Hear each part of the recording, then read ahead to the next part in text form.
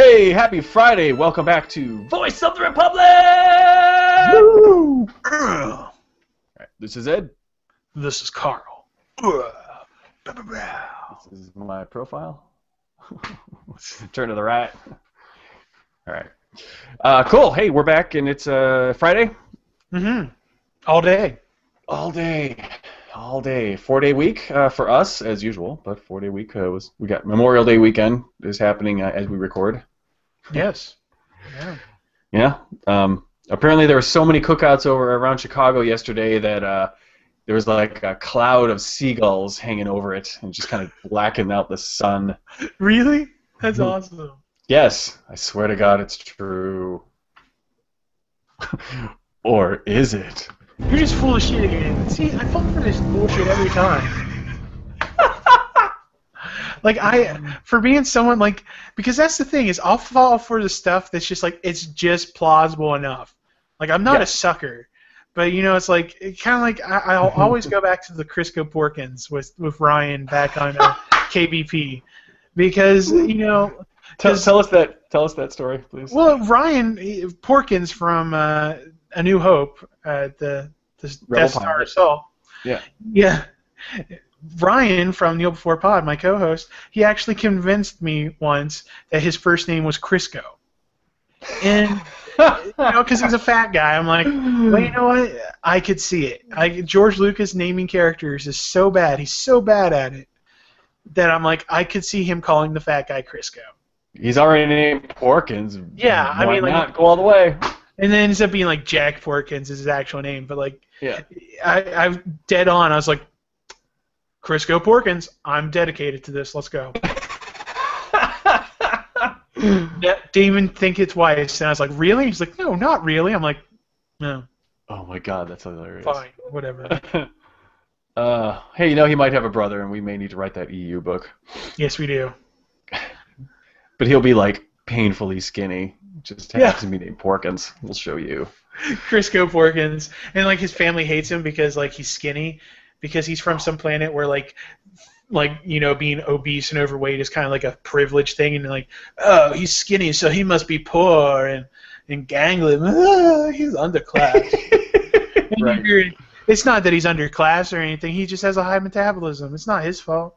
It's I just would rather walk than sit on hover chairs. Can you kill me? Whatever. Yeah. It's my choice. There's only one way off planet. It involves escape velocity, people. Oh, shit. Escape velocity. Let's talk Sherlock. Okay. I concur. Here. So one thing we didn't really get into, we did talk about. Yeah, today we're going to talk definitely about what might be happening, what we'd like to see maybe happen in Season 4. But, we didn't really talk about Moriarty's demise. We talked about Sherlock's resurrection. But so another major beef with me was going back to believing their own bullshit and sucking their own dicks, excuse me, was Moriarty's back. Mm-hmm. He came back. His face came back with such Joker, Batman 1989 Joker flair. He takes over the TV waves. He's like, I'm back. And I'm like, all right, does the average Londoner know who you are? I mean, we do. I think they did because wasn't it a big news story?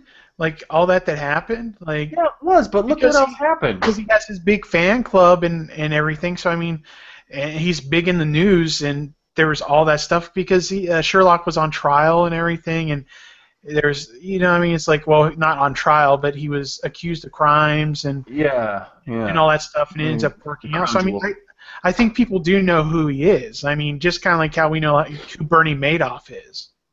And, I guess so. I mean, he's just kind of one of those criminal celebrities sort of type of people. But what I think personally, because he, like you said, he comes back, and that's what saves Sherlock from being shipped off to Turkmenistan or wherever he's going to do a suicide mission. Turkmenistan. Yeah, well, whatever. It's so they're shipping them off to whatever country, and this comes up, so that then they have to stop. They're like, no, we changed your mind. Our mind, you're staying in England. But here's the thing: is I don't think he's back. I think he's still dead. I think it's one of two things. I think that someone's either using Moriarty to keep Sherlock around. So it was someone else using the likeness and a video of Moriarty. Might not be specific to this thing, but they just kind of, use technology to splice some video together, whatever. Or I'm saying it's Moriarty from beyond the grave, but not supernatural. He actually had like a bunch of like deadmen securities in place and stuff. So, like now a secondary plan has been kicked into action, and it's people working by proxy for him. To do out his will, and he had all this set up, and he had like secret accounts and lawyers, and like if I die, open up this safety deposit box, and you'll find these instructions, and blah blah blah blah blah blah blah. I think what it might be is like next season is him dealing with the aftermath of this secondary like contingency plan of Moriarty's. So. I think, my theory is along the lines of yours, because I really will be disappointed if the actual Moriarty shows up. That will stop me from watching anymore. You can suspend a lot of disbelief, but when the world's supposed to be semi-realistic, having two people come back from the dead is just a little too much for me. Yeah.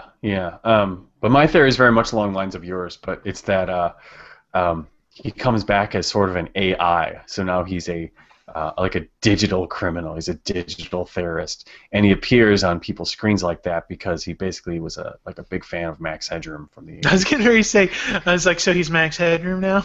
He's totally Max Headroom. Come on. I'll be honest, that also would be enough to kind of get me kind of turned off from the show. Yeah. I know. It's taking a sidely science fiction twist. Don't get me wrong, I love science fiction, but Sherlock's not science fiction. So. No, and that's the thing, is that they've set forth stories where it was almost going towards something either supernatural or science fiction, and they always brought it back to reality. And especially, I'm looking at the Hound of the Baskervilles. Yes, which was great. I love that episode. Absolutely brilliant. But this season is just another season where things started to get a little supernatural, not in terms of cases, but character and story. I'm hoping they reel it in. I'm hoping they reel it in for the next season. Again, I know you're talking about the fan service, and if that's a BBC thing, it could be coming from the top of read the boards. What do they want? Give it to them, and just keep just feeding them the sugar. And don't worry about the integrity of these characters going down the tubes. Tubes. Aluminium tubes. Aluminium. I predict that now that we know Mary Watson's a super spy or super assassin, she will be called in on gigs from time to time. So not just as a foil or an enabler or an encouraging character like she was before and was pretty awesome. But now she's going to be like doing fucking Mission Impossible stuff. Yeah. And, which makes John look a lot. I'm sorry, real quick. It's going to make John Holmes. It's going to make John Watson look. I'm sorry. He's going to be nice, but he's not going to be as cool because now his best friend is super spy, ace detective, and then his wife is super assassin. Ugh. He's going to be the boring guy. He really is. He's going to be fucking Marcus in the Last Crusade, where he's no longer a respected scholar and friend of Indiana Jones. He's the idiot in the marketplace. Does anybody understand English? I got lost in my own museum. Oh, I'm C-3PO in a hat. What? When did this happen to me? Why? God, treat your characters with respect. Anyway, that's a whole other show. Yeah, it'll be interesting to see how they... Because that's the thing is, this season wasn't bad. Especially compared to other really shitty shows that are out there. But I think, kind of like what you said, it has probably the most flaws of any of the seasons. It'll be interesting to see if those flaws become speed bumps and pitfalls for season 4 and 5 or however many seasons this stretches out to. So I don't know. It's going to be interesting to see if they accidentally paint themselves into a corner, because I'm really afraid that the reveal of Mary, while it's interesting and everything, is going to probably paint him into a corner a bit, because kind of like what you said, it's the Chekhov gun situation where if you have a gun hanging on the back wall in Act 1, it needs to be fired by Act 3. You know, it's like you don't just put a gun on the wall for no reason. So now you have Mary who has these like assassin skills and everything. You know, like, well, now they're going to have to come into play. Like, story-wise, you don't just introduce that for shits and giggles. So now you kind of painted yourself into a corner and you have to do this. So yeah. So definitely, you're right. And now we've seen Sherlock become more human. Mycroft hasn't changed at all, which is great. But it looks like they have an opportunity to kind of show the disadvantages of being feeling human. It's kind of like it's a very Spock type of thing here. So now that he's already had to deal with some of that, with Magnuson leveraging the harm of his friends in order to take advantage of him, and that's what we're led to believe caused him to shoot the guy in the fucking head. I really thought Mycroft was going to do the shooting. That's why he's like, stand away from that man. I'm like, sweet, because if anybody's going to get their hands dirty and do a black ops on his ass without any guilt about it, it's going to be Mycroft. Yeah. And then it was Sherlock. I'm like, that's not right. Anyway, fuck that. So anyway, now we have a chance to really see this be a liability. So maybe there'll be another woman that seems like the way to go, someone he's actually going to care for. Or it could be the woman, because God knows she's a fan favorite. She even had this great cameo in the middle of season 3.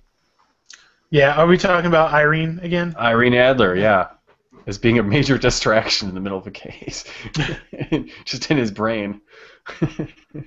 Yeah. So, what do you think of? Speaking of like females, what did you think of Jeanine and her relationship with Sherlock?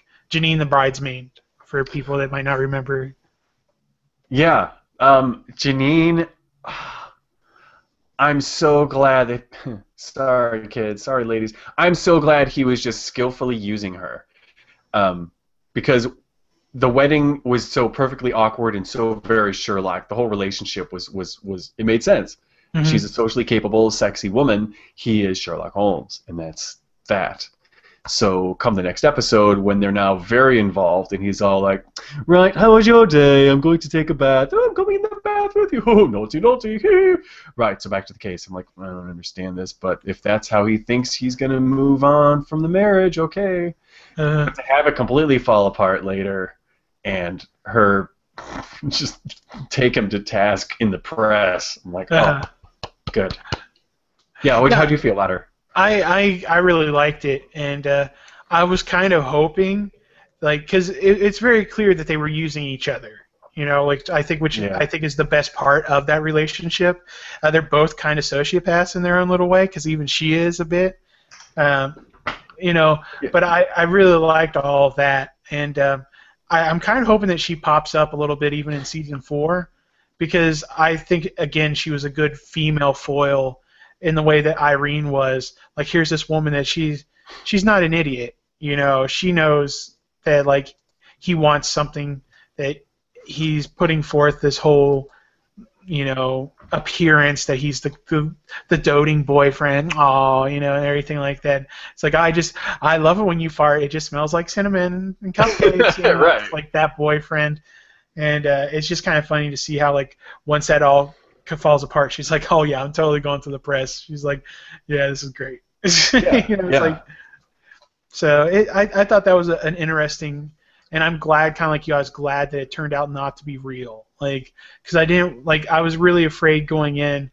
It's kind of like the whole the lesbian just waiting around for the one good man thing. It's like, as someone who also has, like, I'm not saying I'm Sherlock Holmes, but as someone who has like their own social issues and everything, I was kind of offended. Like, oh, here's this guy that has his issues. Oh, but now it just takes the right woman to magically turn him around. Like, all these chemical imbalances and actual mental dysfunctions that he has are magically undone by the love of a woman. I was like, bullshit, this sucks. Like, oh no, he's still an asshole. No, just whatever. yeah, and I figured he was, if anything, if it was going to be his attempt at a relationship, it was going to be him. While he can't process and practically use, the emotions and the right reactions at the right time in his day-to-day life. Mm-hmm. Part of his disguise, because the classic Sherlock Holmes was a master of disguise, was that even though he's outside of us, outside of society, in terms of his personality and humanity, his disguise will be, he will walk in the room and he will put on like a personality mask. Mm-hmm.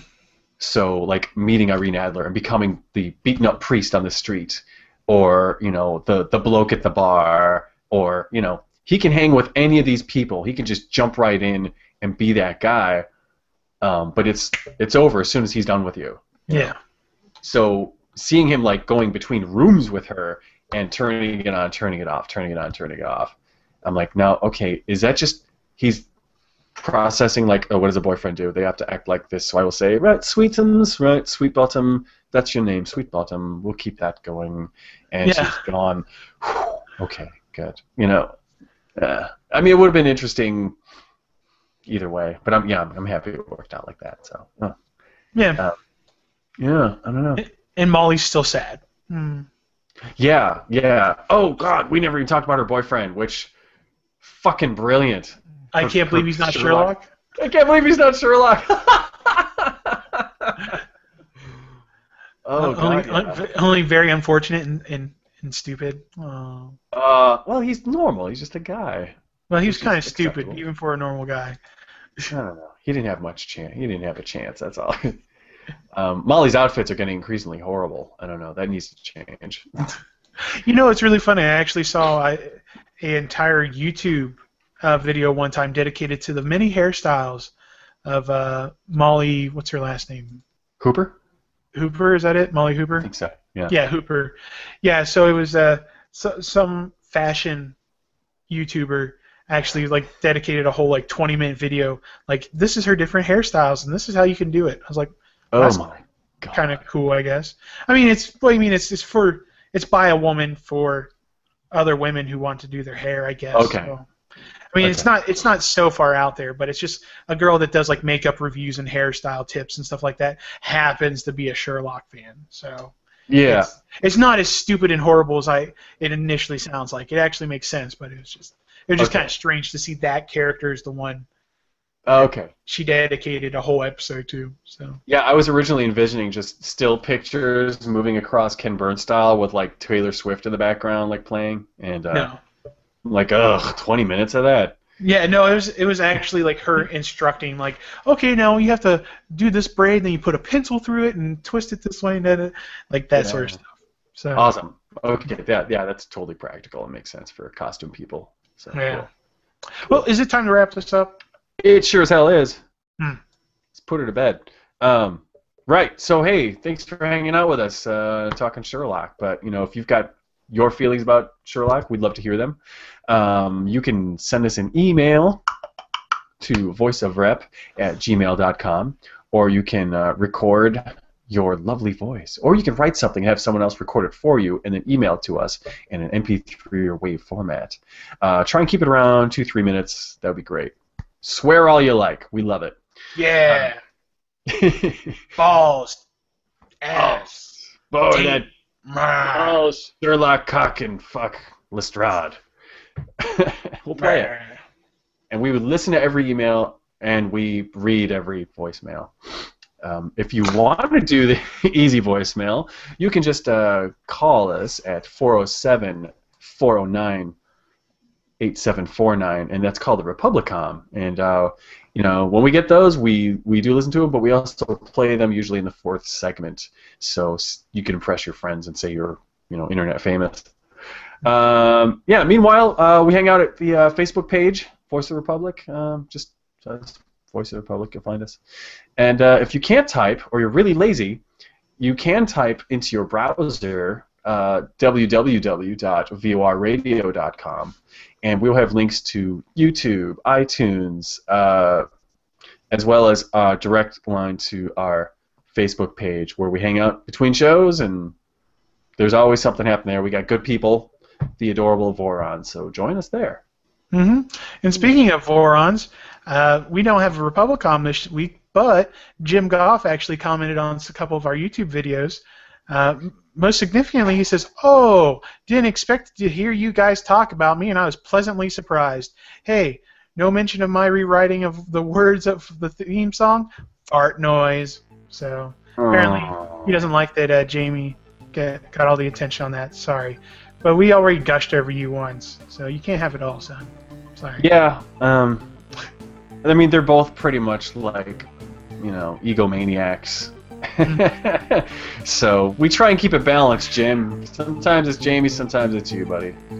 But keep trying. Absolutely, just keep bringing it. You know, if you want to be our favorite son, you just gotta keep bringing it. That's right. Just remember, it's always a competition for our affection. Always. That's the way it's meant to be. It's natural.